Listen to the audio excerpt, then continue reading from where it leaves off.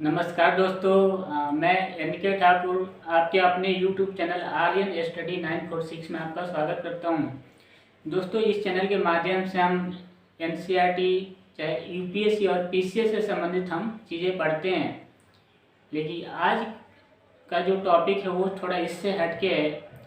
आज हम BA के बारे में कुछ देखते हैं। BA, ठीक है, जो अभी जिन बच्चों ने BA में एडमिशन लिया है, चाहे सेकेंड ईयर हो चाहे फाइनल ईयर, उनके लिए भी है, ठीक है। क्योंकि ये कोरोना काल है और कोरोना काल में अभी क्लासें रेगुलर नहीं हो पा रही हैं और कई बच्चों के साथ दिक्कत क्या है, जो ऑनलाइन क्लासें हो रही है उनको समझ में नहीं आ रहा है, चाहे सबके पास ये सुविधाएँ नहीं है। जो लोग गाँव में हैं, नेट की कनेक्टिविटी की प्रॉब्लम है, तो ये क्लास उनके लिए है, ठीक है। और इस क्लास के माध्यम से हम BA political science honours BA programme में जितने भी सब्जेक्ट हैं उन सबको पढ़ेंगे, ठीक है। चाहे वो किसी भी विश्वविद्यालय से हों, चाहे वो दिल्ली विश्वविद्यालय से हों, चाहे जामिया मिलिया इस्लामिया से हों, चाहे इग्नू से हों, या भारत के किसी भी विश्वविद्यालय से हों, वो सबके लिए है और ये वीडियो सबके लिए उपयोगी है। और मेन इसमें हम दो चीज़ें पढ़ेंगे, BA पॉलिटिकल साइंस ऑनर्स के जितने भी सब्जेक्ट है वो, और BA प्रोग्राम के हिस्ट्री और पॉलिटिकल साइंस, ठीक है।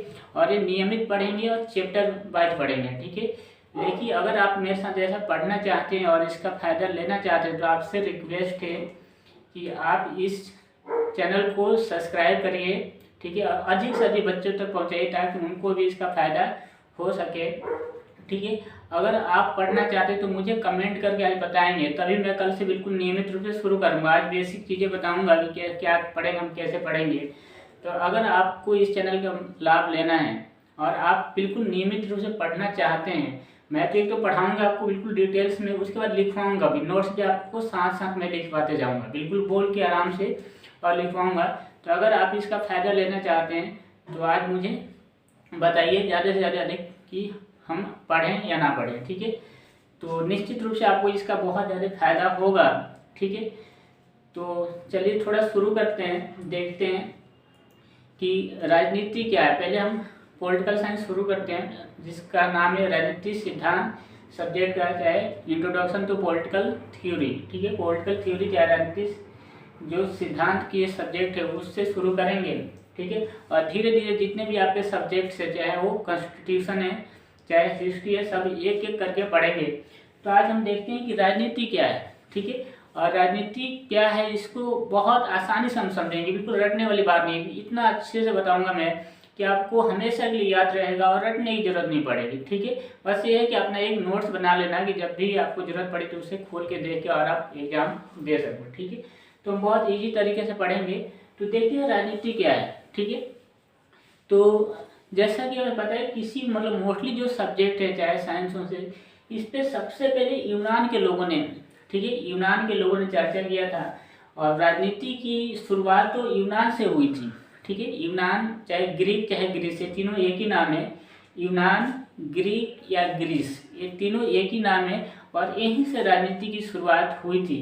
तो पहले हम देखते हैं कि जहाँ से राजनीति की शुरुआत हुई थी वहाँ की स्थिति कैसी थी, ठीक है। तो उसको कहते हैं यूनान, ठीक है, यूनान, ठीक है, यूनान या ग्रीक या ग्रीस, ये तीनों एक ही नाम है, नाम में कोई कंफ्यूजन नहीं होना है, ठीक है। तो यूनान, ठीक है, ग्रीक या ग्रीस, ये यूरोप में एक देश है जिसको आज एथेंस के नाम से भी जानते हैं, ग्रीक के नाम से। तो यूनान प्राचीन काल में क्या था कि ईसा पूर्व चौथी पाँचवीं शताब्दी में कि यूनान में छोटे छोटे करीब 200 नगर राज्य थे, 200 नगर राज्य थे, जिसको सिटी स्टेट कहा गया, सिटी स्टेट। तो यूनान में 200 छोटे छोटे राज्य थे। हाँ, तो पहले तो आपको ये ध्यान रखना, हम टॉपिक अभी नहीं देख रहे, इसका बैकग्राउंड देखते हैं कि जहाँ से मतलब राजनीति की शुरुआत हुई वो उसके बारे में हम देख लेते हैं। तो यूनान से चाहे ग्रीक या ग्रीस से राजनीति की शुरुआत हुई थी उसके बारे में देखते हैं। तो यूनान एक देश था जहाँ छोटे छोटे 200 नगर राज्य थे, जिसको सिटी स्टेट कहा जाता था।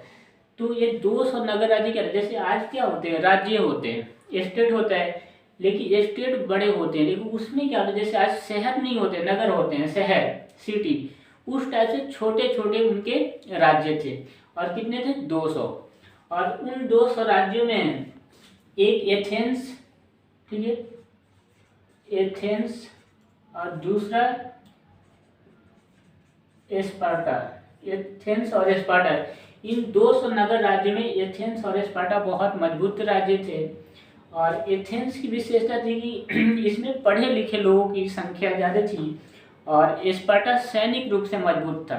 ठीक है, एथेंस में पढ़े लिखे लोग थे और स्पार्टा सैनिक रूप से मजबूत था। और इन दोनों के बीच करीब 30 साल तक युद्ध होते रहा। ठीक है, 30 सालों तक युद्ध हुआ। और इस युद्ध को कहा जाता है पेलोपोनेशियन युद्ध।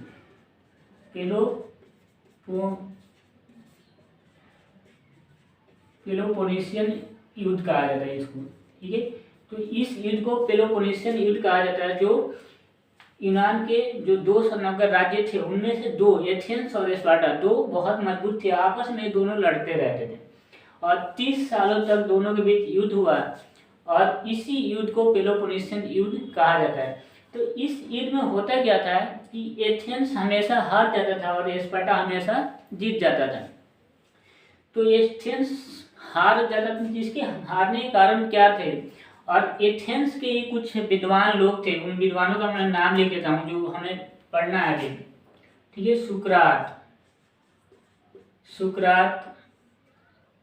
सुकरात का जो चेला हुआ वो हुआ प्लेटो, और प्लेटो का चेला अरस्तु। ठीक है, अरस्तु, और अरस्तु का चेला सिकंदर। ठीक है, सिकंदर।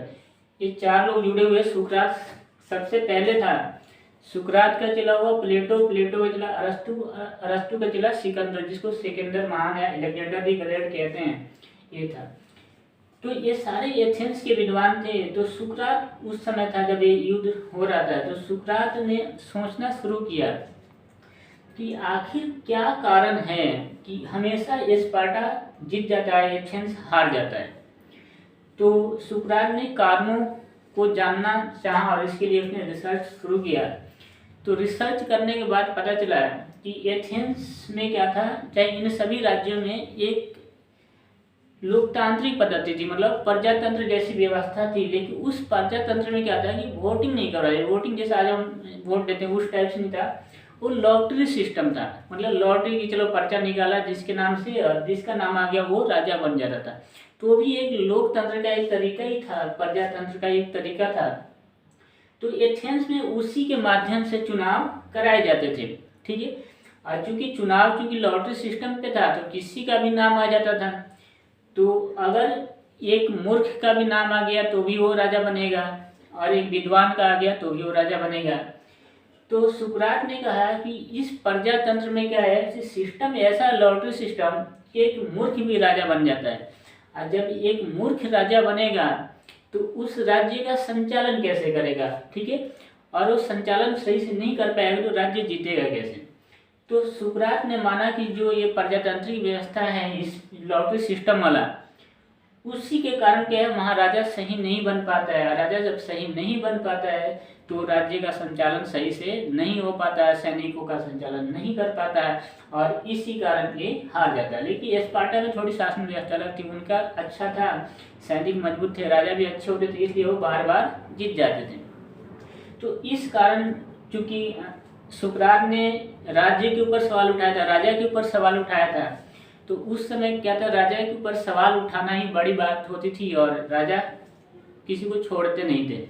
तो चूंकि राज्य के खिलाफ आवाज उठाते, इसलिए राजा ने सुकरात को बंदी बना लिया है, और आगे चलकर सुकरात को मतलब फांसी दे दी जाती है। फांसी तो उस समय नहीं होती थी, लेकिन विष का प्याला मतलब जहर पिलाया जाता था। तो सुकरात के बाद फिर प्लेटो हुआ। प्लेटो ने सुकरात के बातों को रिसर्च करना शुरू किया। ठीक है, कि जो सुकरात ने कहा था उसी के विचारों को आगे लेके प्लेटो बढ़ता है, और प्लेटो भी कई सारी किताबें लिखता है और बहुत सारे उसने भी सिद्धांत दिए हैं। तो प्लेटो की बुक है रिपब्लिक, बहुत फेमस है। ऐसे उसने बहुत सारी किताबें लिखी, लेकिन रिपब्लिक बहुत फेमस बुक है जिसमें न्याय वाय के बारे में बहुत चर्चा किया, और उसमें सुकरात को ज़्यादा वो महत्व देके उसको लिखा है। और प्लेटो के बाद अरस्तु आया। अरस्तु को फादर ऑफ पॉलिटिक्स कहा जाता है, राजनीति विज्ञान का पिता कहा जाता है।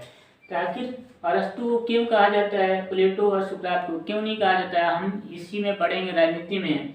और अरस्तु का चला हुआ सिकंदर जिसने विश्व विजयी का सपना देखा था। तो इन सब के बारे में हम डिटेल्स पढ़ेंगे। आखिर एथेंस की शासन व्यवस्था कैसी थी, स्पार्टा की शासन व्यवस्था कैसी थी, ठीक है। तो इसमें ध्यान क्या रखना है कि यूनान या ग्रीस एक ही देश थे और उनमें छोटे छोटे 200 नगर राज्य थे, सिटी स्टेट। जैसे हमारा आज भारत में 28-29 राज्य 28 राज्य है और ये बड़े बड़े राज्य हैं, बिहार, उत्तर प्रदेश, मध्य प्रदेश। लेकिन उस समय क्या थे, राज्य एक शहर के बराबर होते थे, बिल्कुल जैसे हमारा एक शहर होता है उस शहर के बराबर होते थे। और इसलिए उसको नगर राज्य, नगर शहर को कहते हैं, सिटी स्टेट कहा जाता था। और उन सभी 200 राज्यों में से एथेंस और स्पार्टा बहुत मजबूत होते थे। और स्पार्टा हमेशा उस 30 साल जो युद्ध चला उसमें हमेशा जीत जाता था और एथेंस हार जाता था। इस युद्ध को ध्यान रखना पेलोपोनेशियन युद्ध कहा जाता है।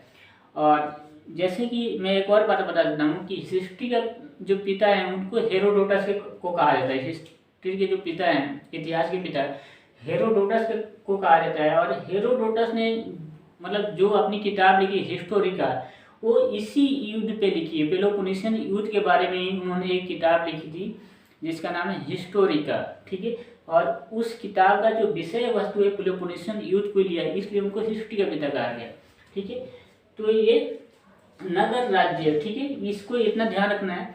तो हम राजनीति में ये सारी चीज़ें पढ़ेंगे। राजनीतिक उत्पत्ति कहाँ से हुई, राजनीति क्या है, राजनीति की प्रकृति या नेचर क्या है, राजनीति का महत्व क्या है, हमें राजनीति पढ़नी चाहिए कि नहीं पढ़नी चाहिए, ठीक है। और राजनीति पढ़ने से हमें क्या फ़ायदे हैं, ये सारी चीज़ें हम देखेंगे। इसके अलावा हम हिस्ट्री भी पढ़ेंगे। लेकिन आपसे रिक्वेस्ट है, अगर आप पढ़ना चाहते हैं मेरे साथ, समझना चाहते हैं इसको बिल्कुल डिटेल में, सिंपल भाषा में, तो आप प्लीज़ चैनल को सब्सक्राइब कर लीजिए। और अगर आप सब्सक्राइब कर लेते हैं और मुझे बताते हैं कमेंट करके कि आपको इसकी ज़रूरत है, तो कल से मैं निश्चित रूप से एक एक टॉपिक वाइज एक एक हम चीज़ें हम पढ़ेंगे। मैं आपसे वादा करता हूँ कि पूरा सिलेबस मैं आपका कवर कराऊँगा और टॉपिक वाइज बीच में छोड़ने वाली सिस्टम नहीं रहेगी, बिल्कुल एक एक टॉपिक मैं पढ़ाऊँगा, ठीक है। तो आप पहले मुझे कमेंट करके बताओ, फिर हम मिलते हैं अगले टॉपिक में, मिलेंगे हम पूरा कि राजनीति शुरू करेंगे। और इसमें थोड़ा और बता देता हूँ मैं आपको कि जो एथेंस की जो शासन व्यवस्था थी, ठीक है, एथेंस क्या है, इनके नगर राज्यों की जो शासन व्यवस्थाएं थी वो क्या थी कि ये छोटे छोटे नगर राज्य होते थे, छोटे छोटे बिल्कुल। और इनकी जनसंख्या 4000, 5000, 3000 ऐसे इनकी जनसंख्या होती थी एक राज्य की। और उन जनसंख्या जो 4000, 5000 की जनसंख्या होती थी, उन जनसंख्याओं में भी विदेशियों को, महिलाओं को और दासों को, जो नौकर होते थे, उनको उन्होंने नागरिकता नहीं दी थी। और उनको नागरिकता नहीं दी थी तो एक तो 4-5 हजार की कम जनसंख्या, उसमें भी जो दास होते थे, जो महिलाएं होते थे, जो विदेशी होते थे, उनको वो नागरिकता नहीं देते थे। तो ऐसी स्थिति में जनसंख्या उनकी बहुत कम होती थी, जिनको हम नागरिक कहते हैं, वो बहुत कम होते थे। तो इससे क्या होता है कि वो वहाँ पे डायरेक्ट डेमोक्रेसी अपनाते थे, ठीक है, प्रत्यक्ष लोकतंत्र थी। वही लोग क्या करते थे, अपना शासन करते। शासन के जो सारे काम होते जनता के द्वारा ही किए जाते। वहाँ कोई सरकार, कोई नागरिक या समाज अलग नहीं था, वही राज्य, वही सरकार, ठीक है, वही नगर, सब कुछ वही लोग थे, ठीक है। क्योंकि छोटे राज्य थे, अब भारत जैसे बड़े राज्य तो होते नहीं थे वहाँ पे, तो छोटे राज्य थे, इसलिए जो लोग शासन करने वाले थे वही जनता भी थी, मतलब वही नगर वही राज्य, ठीक है। समाज और सरकार में कोई अंतर नहीं था, सब 3-4 हजार की जनसंख्या थी और आपस में सभी लोग मिलकर ही अपने लिए कानून बना लेते थे और अपने ऊपर ही वो लागू कर देते थे। इसलिए वहाँ क्या थी, डायरेक्ट डेमोक्रेसी, चाहे प्रत्यक्ष लोकतंत्र की शुरुआत हुई थी वहाँ से, प्रत्यक्ष लोकतंत्र थी वहाँ पे, मतलब जनता खुद ही अपने लिए। इसलिए इस शासन में क्या था कि प्रत्यक्ष लोकतंत्र, इसलिए वहाँ के लोगों ने समाज और राजनीति में अंतर नहीं किया था, ठीक है। तो ये भी एक ध्यान रखना है कि वहाँ पे प्रत्यक्ष लोकतंत्र, ठीक है।